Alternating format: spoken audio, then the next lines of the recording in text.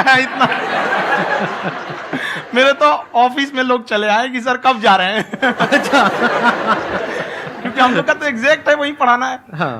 तो देखिए हम लोग का मेन है कि बच्चों को जो जरूरत रहती है कि अगर लड़का पढ़ने आ रहा है ना उसके मन में कोई डाउट ना रह जाए, हम उसको कहते हैं कि हम तुम्हें पढ़ा रहे हैं, दम है तो भूल के दिखाओ, याद करके नहीं।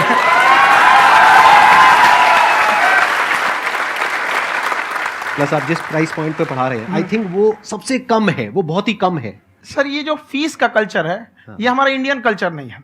हमारा इंडियन कल्चर गुरु दक्षिणा है, उस हिसाब से वो सही है। ऑक्सीजन जैसे जिंदगी के लिए जरूरी है वैसे एजुकेशन जरूरी है। कोई ये नहीं कह सकता है कि पैसे की वजह से वो खान सर के यहां से लौट गया। क्या बात है।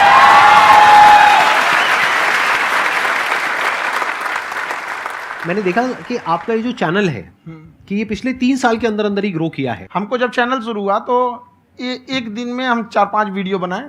एक हमको कुछ आता, आज भी नहीं आता इतना, तो हम देख के कैमरा उमरा तो हम कंफ्यूज हो गए, बाप रे। तो हम एक ही दिन में वीडियो शूट किया, पढ़ाने वाला टॉपिक था। हमको उसके बाद कभी वीडियो नहीं, 6-7 वीडियो एक ही बार शूट कर लिए। और एक जो थे जिनका कैमरा वगैरह था, मेरे पास कैमरे भी नहीं थे उस टाइम, और कैमरा 35,000 का था, तो 6 महीना इसी में लग गया, जो 35,000 इसी में फंस जाएगा। तो उनके कैमरे से शूट किए, उन्होंने कोई चार्ज लिया, उसके बाद हम छोड़ ही दिए। लॉकडाउन लगा तब हम कहें आप कैसे पढ़ाएंगे, वो तो 1 दिन 2 दिन करते करते अचानक लंबा हो गया। तब हमको याद आया कि ओहो मेरा एक चैनल भी है वहाँ पे। तो उस समय उस पर लगभग 30,000 सब्सक्राइबर हो चुके थे।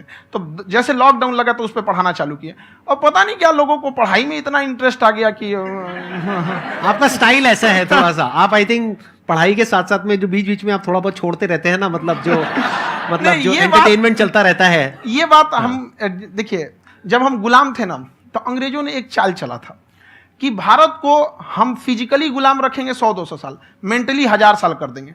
उन्होंने पढ़ाई का मॉडल चेंज कर दिया। उन्होंने ऐसा डिजाइन किया कि ये टीचर की रिस्पॉन्सिबिलिटी है, वो पढ़ा के चला जाए।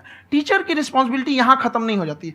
पढ़ाना तो कोई भी पढ़ा सकता है, टीचर की इससे बड़ी रिस्पॉन्सिबिलिटी होती है उसे समझाना। वो समझा कि नहीं समझा।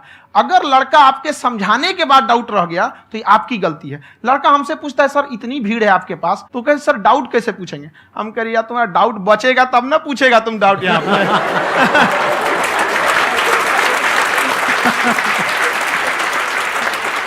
कॉन्फिडेंस नेक्स्ट लेवल है आंसर का, मानना पड़ेगा। और शायद यही वजह है इनकी जो ग्रोथ है उसका।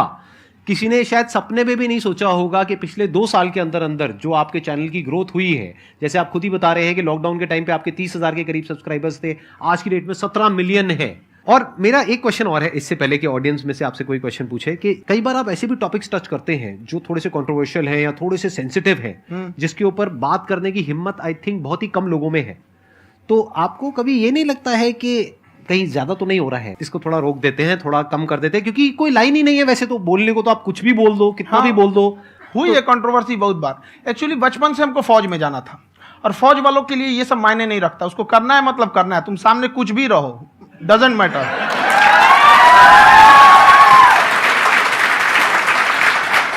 और मैंने YouTube पे देखा कुछ वीडियोस में कि आपका जो इंस्टीट्यूट है वहां पर आज से कुछ साल पहले कुछ बम गिरे थे। हाँ, कुछ गिरे थे, कुछ तो बहुत सॉलिड जगह गिरा था, फटा नहीं वो। मतलब आपके आसपास? हाँ, बम को भी पता है कि टीचर की इज्जत किया जाता है। क्या बात है, क्या बात है।